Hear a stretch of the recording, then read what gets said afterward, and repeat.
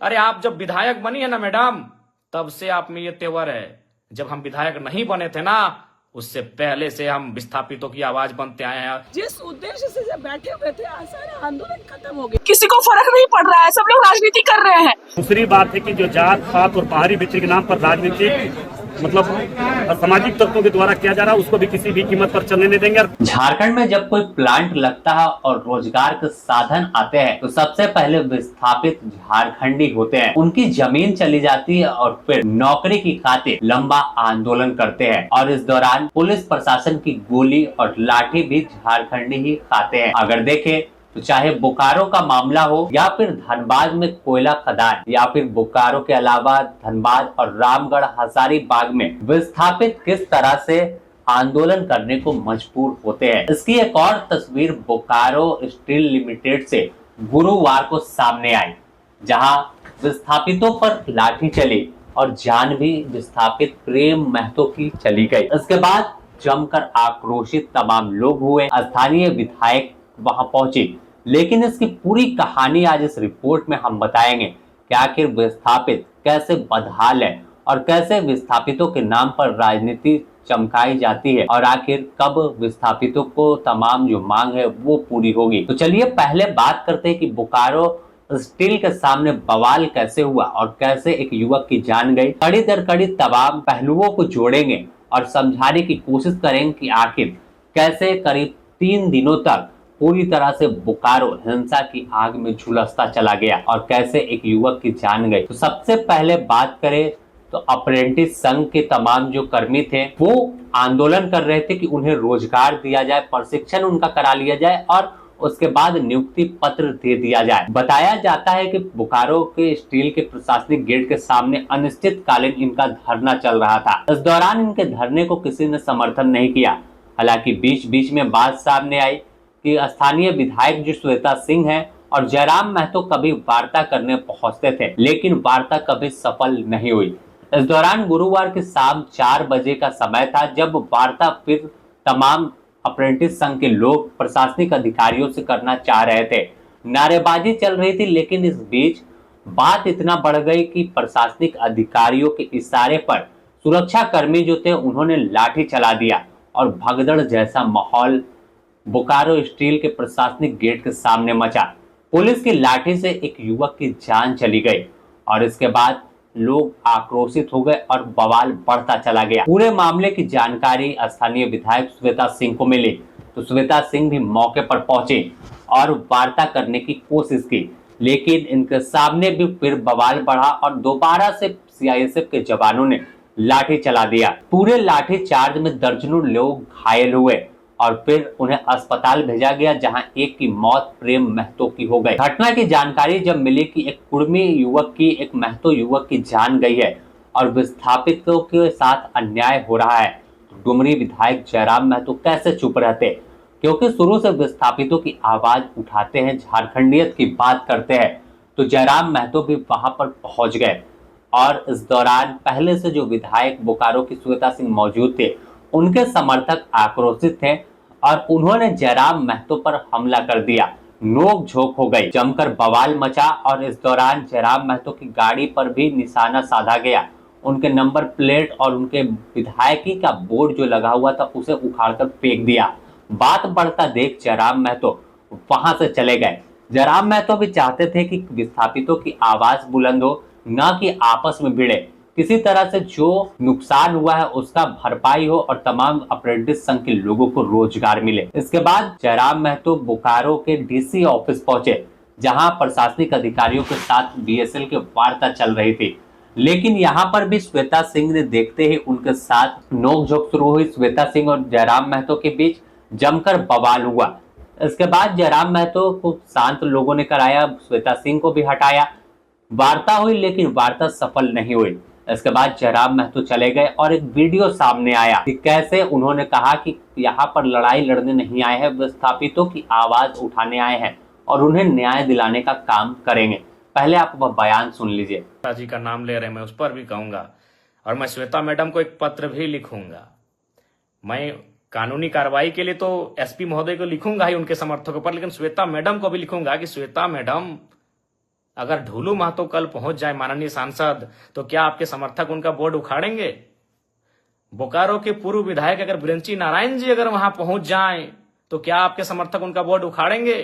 क्योंकि बोकारो जिला से हमारे योगेंद्र प्रसाद मंत्री जी आते हैं। कल को अगर विस्थापितों के समर्थन में योगेंद्र प्रसाद मंत्री जी पहुंच जाएं, तो श्वेता मैडम, क्या आपके समर्थक और आप उनका बोर्ड उखाड़ेंगे? क्या कल को रघुवर दास जी चूंकि गिरिडीह आए थे, हो सके कल बोकारो अगर आ जाए पूर्व मुख्यमंत्री रघुवर दास जी, क्या आपके समर्थक उनका बोर्ड, उनकी गाड़ी का नंबर प्लेट उखाड़ेंगे? अरे आपने तो हद कर दिया।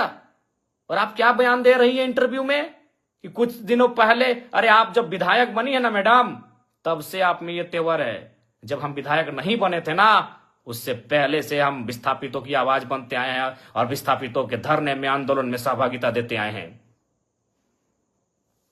क्या आप बात करती हैं मैडम? आप एक स्त्री थी इसीलिए मौन रहें, आप एक नारी थी इसलिए मौन रहें। बाकी आपको स्वयं मालूम है आपने आज क्या कृत्य किया। हमने ना आपको कुछ बोला था, हम तो, मेरी गाड़ी वहां खड़ी हुई थी, हम तो केवल आपके, हमारी गाड़ी गई थी ना, हमको तो मालूम भी नहीं आप एक महिला हो के विधायक हो के इस प्रकार आई। पहले तो विरोध किया, हमने आपसे पूछा कि मैडम क्या बात है, क्या बात है, आपने पहला लाइन यही कहा कि मेरा विधानसभा है, आप कैसे आ सकते? हद है भाई।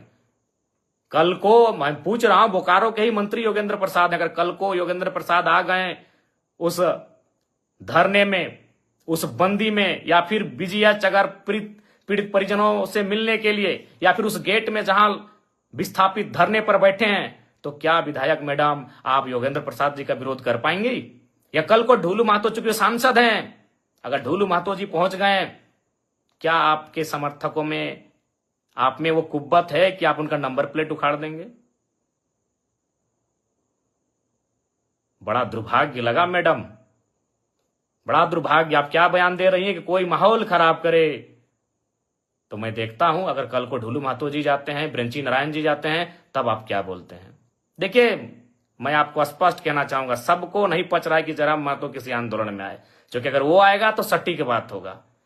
और बाकी कहना नहीं चाहिए मैडम, लेकिन जब आपने हद पार किया है तो मैं सुनी सुनी खबर आपको सुना दूं। सुने आपके घर में आपके रिश्तेदार कहिए या आपके खास कहिए, उनको ठिका मिलता है बीएसएल में। तो ये दोहरी राजनीति मत कीजिए विधायक मैडम। अभी आप दुख जता रहे हैं और आपके ही लोग वहां ठिका लेते हैं। तो असली बात तो जनता को मालूम है कि आपको तकलीफ जयराम महतो के जाने से तकलीफ क्यों हुई, क्योंकि आपको मालूम है कि जयराम महतो आएगा तो दूध का दूध और पानी का पानी बात होगा। ये किससे छुपा है? चलिए, नाम लेने में अचरज का है। सुने आपके पति महोदय को वहां ठिका मिलता है, अभी करोड़ों का ठिका मिलता है, तो आप में मुझे देखकर आपका बौखलाना तो लाजमी है। चलिए, फिर भी बुरा नहीं मानते हैं, क्योंकि लड़ाई विस्थापितों की है, लड़ाई विस्थापितों की है। बाकी हमारे समर्थक, हमारे कार्यकर्ता आपको मर्यादित रूप में उत्तर दे देंगे। आपको गांव जाना है, गांव में हमारे कार्यकर्ता, हमारे समर्थक आपको उत्तर दे देंगे, नियमता देंगे। लेकिन आपका ये जो बयान, ये भर्सन कि बोकारो मेरा है, बोकारो विधानसभा मेरा है, वही तो हम देख रहे हैं। अगर कल योगेंद्र प्रसाद, चूंकि वो तो गोमिया के विधायक हैं, आपके हिसाब से वो गोमिया के विधायक हैं, अगर वो कल चले जाते हैं माननीय योगेंद्र प्रसाद, तब आपके समर्थक उनका बोर्ड तोड़ते हैं कि नहीं तोड़ते, ये भी हम देखेंगे। ढोलू महतो जी अगर चले जाते हैं तो आपके समर्थक उनका बोर्ड तोड़ते हैं कि नहीं तोड़ते हैं, हम ये भी देखेंगे। और अगर बिरंची नारायण पूर्व विधायक बोकारो अगर जाते हैं कल विस्थापितों से मिलने या धरना स्थल पर, तो आपके समर्थक उनका बोर्ड तोड़ते हैं कि नहीं तोड़ते हैं, यह भी हम देखेंगे। ये दुर्भाग्यपूर्ण है, आपकी संकीर्ण सोच को आश्चर्य लग रहा है कि आप इतना संकीर्ण, आपकी सोच कैसे हो गई आज। खैर, सोच आपकी संकीर्ण कैसे हुई, और हमको बिल्कुल स्पष्ट कहेंगे, झारखंड वासियों, विस्थापितों, विधायक मैडम के साथ जितने लोग पीछे खड़े थे, आप करीब से उनको चेक कर लीजिए, वो झारखंडी नहीं थे। विधायक मैडम के पीछे जितने लोग थे, जो बोर्ड हमारी गाड़ी का, चूंकि हम पीछे आ गए, हमारे समर्थक भी हमें घेर लिए थे, हमारे समर्थक नहीं, जो विस्थापित लोग थे धरने की, दादा आप मत जाइए उधर, उसी बीच उन्होंने हमारी गाड़ी को तोड़ फोड़ करना शुरू किया। और हमने पहले ही कह दिया था कि उनको जो करना है करे, वो नारी हैं, हम कुछ नहीं बोलेंगे। बल्कि हमने आपको प्यार से बुलाया कि मैडम बात क्या है, क्यों यह व्यवहार आप कर रही हैं। ये बहुत ही दुर्भाग्य की बात है। आपका जो ये व्यवहार रहा ये बहुत ही दुर्भाग्य की बात है। साथ ही जयराम महतो ने बोकारो बंद का आह्वान कर दिया। इनको बंद को कई अन्य संगठनों ने समर्थन दिया। दूसरे दिन इसके बाद जयराम महतो कहाँ गए किसी को जानकारी नहीं मिली, लेकिन बंद के दौरान जयराम के समर्थक और अन्य जो तमाम दल के लोग थे वो सड़क पर दिखे और आक्रोशित होकर कई हाईवा को आग के हवाले कर दिया। पूरी तरह से बोकारो में चक्का जाम कर दिया। इस दौरान भी कई राउंड की वार्ता होती रही। बोकारो विधायक श्वेता सिंह की वार्ता लगातार प्रशासनिक अधिकारियों से चल रही थी, लेकिन वार्ता के दौरान जो बोकारो विधायक श्वेता सिंह थी बंद को समर्थन करते हुए बोकारो स्टील के गेट में तालाबंदी करने पहुंची थी और पूर्व से तमाम बंदी को देखते हुए धारा 163 जो बीएनएस की है वो लागू यहाँ पर की गई थी। पूरे इलाके में डर था कि किसी तरह से विधि व्यवस्था न बिगड़ जाए, लेकिन बोकारो विधायक अपने समर्थकों के साथ पहुंचे तो प्रशासनिक अधिकारियों के साथ नोकझोंक हुई। कई राउंड की वार्ता हुई जिससे समझाने की कोशिश दोनों ओर से की जा रही थी कि आखिर जो रास्ता है उस पर कैसे बढ़ेंगे और कैसे न्याय मिलेगा और रोजगार की दिशा में। लेकिन करीब शुक्रवार की रात 12 से 2 के बीच मामला बढ़ा और वार्ता विफल हो गई और फिर वहां पर झड़प हुई सीआईएसएफ और श्वेता सिंह के समर्थकों के बीच, जिसके बाद श्वेता सिंह को स्थानीय बोकारो पुलिस ने हिरासत में ले लिया और करीब 15 घंटे तक हिरासत में रखा और फिर छोड़ दिया।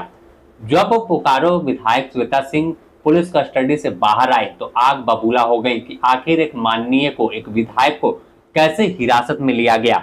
निशाने पर उनके जयराम महतो से लेकर बोकारो डीसी और पूरा प्रशासनिक महकमा था। आप खुद सुनिए कैसे गुस्से में श्वेता सिंह निशाना साध रही थी।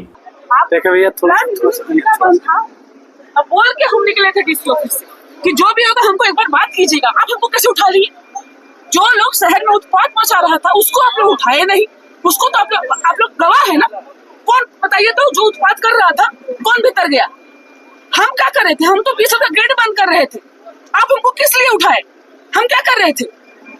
हमको जवाब देगा सब लोग। जवाब चाहिए अभी। तो हमको किस लिए उठाया है ये लोग? आंदोलन खराब कर दिया, बर्बाद कर दिया। डीसी ने कहा कि 25 लाख और 25 लाख 50 लाख का बात करता है। क्या बोली? बोले 25 लाख और नियोजन पे फाइनल हो चुका है। बहुत फाइनल। अब आए, आ जाइए, बॉडी छुड़वा दे मैडम। आइए बॉडी छुड़वाइए। हम तो अभी अपने परिवार के लोगों से बात कर लिए हैं, समझाए हैं। आइए बॉडी छुड़वाइए। मैडम एक चीज जो वार्ता के लेकर आप लोग गए थे, आप पहल आप लोगों बाटी डीसी की वही लोग बुलाया था। उनका कहना है कि आप लोग प्लेटफॉर्म खोज रहे थे। बड़ा प्लेटफॉर्म खोज रहे थे। अभी कौन बुला रहा है? 78 को तो फोन वही लोग कर रहा है। हम लोग को हम जा रहे हैं प्लांट का गेट बंद करने के लिए। नहीं उठाएगा कोई? पूछवा दीजिए तो जरा। हम जा रहे हैं प्लांट का गेट बंद करने के लिए। अभी भी प्लांट का गेट बंद करने का तैयार है। नहीं उठाएगा ना हमको कोई। बोला 163 12 लाख 63 हटे ना। कितना दिन 63 लगा के रखिएगा? 63 से हमको डराते हैं आप लोग। बंद करके रख दिया बिना बात किए। हमको क्यों बंद किया?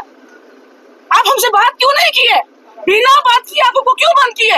कौन थे हम? आतंकवादी हैं हम आतंकवादी हैं। आप लोग शहर का, हमारे झारखंड के शहर में आप लोग मुखबिरी करते हैं केंद्र का।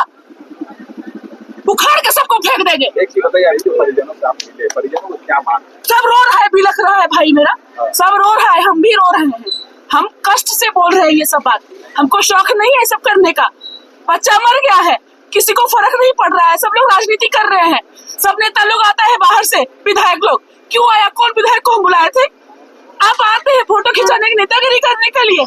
आज कहाँ है नेता लोग? क्यों नहीं आकर के बात कर दे रहा है? हरिमोहन दास की गिरफ्तारी पर क्या कहिएगा? बट फालतू बात है, बकवास है। सब गिरफ्तारी हुई नहीं, बकवास है। औकात नहीं है लोग को सामने आने का। नोटंकी करता है, ड्रामा प्लॉट करता है, सिनेमा बना रहा है, सिनेमा चल रहा है। सिंघम है, बताते हैं सिंघम क्या होता है। सिंघम तभी इनको हम दिखाएंगे। नहीं तो अगर औकात है तुम लोग को तो हमको जेल में डालो।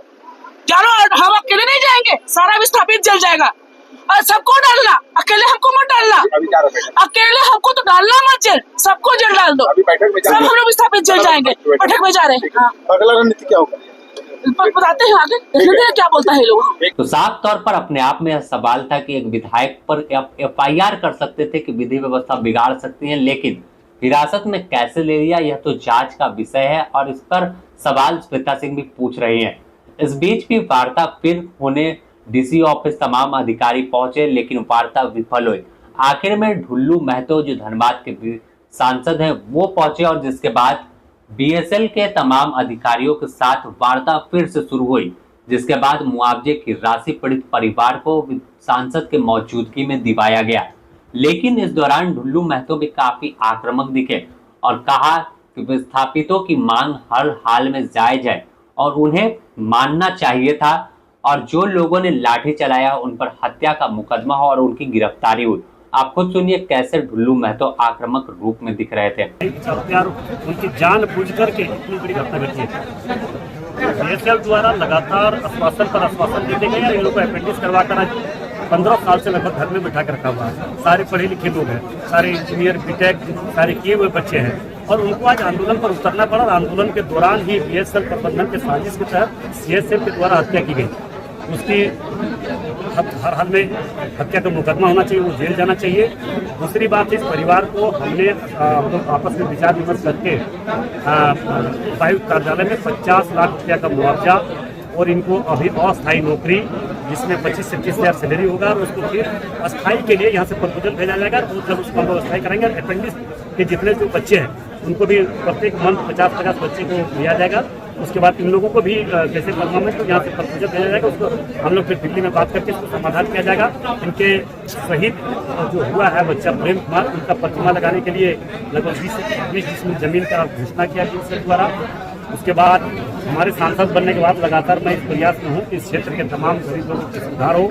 दूसरी बात है कि जो जात पात और बाहरी विचार के नाम पर राजनीतिक मतलब सामाजिक तत्वों के द्वारा किया जा रहा है, उसको भी किसी भी कीमत पर चलने नहीं देंगे। तो विस्थापितों को कैसे रोजगार मिले, कैसे जो मृतक थे उनको इंसाफ मिल सके, इस दिशा में तमाम नेताओं की भूमिका बड़ी रही। तमाम लोगों ने अपने अपने स्तर से जो है बात की, लेकिन एक बात साफ रही कि स्थानीय जो थे, जो विस्थापित थे, वो कहीं कहीं नेताओं से कटे दिख रहे थे।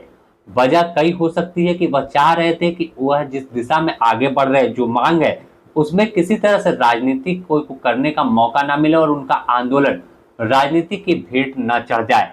और अब तमाम जो विस्थापित है वो एकजुट है और सीधे तौर पर वार्ता कर मांग जो थी वो पूरी हुई है। तो अब कंपनी की ओर से बताया गया है कि जो विस्थापित थे, जो अप्रेंटिस संघ के लोग थे, उनका प्रशिक्षण जल्द कराया जाएगा और साथ ही नियुक्ति पत्र दी जाएगी। लेकिन एक सवाल अपने आप में है कि आखिर विस्थापितों को कब न्याय मिलेगा। सिर्फ वो बात बोकारो की नहीं है, पूरे झारखंड में इसी तरह से राजनीतिक कूप होती है कि विकास के नाम पर कैसे गरीबों की जमीन ली जाती है और उसके बाद कैसे उन्हें बेदखल कर दिया जाता है और लाठी गोली सब विस्थापित ही खाते हैं। बने रहे द न्यूज़ पोस्ट के साथ, इससे जुड़ी और भी अपडेट हम देंगे।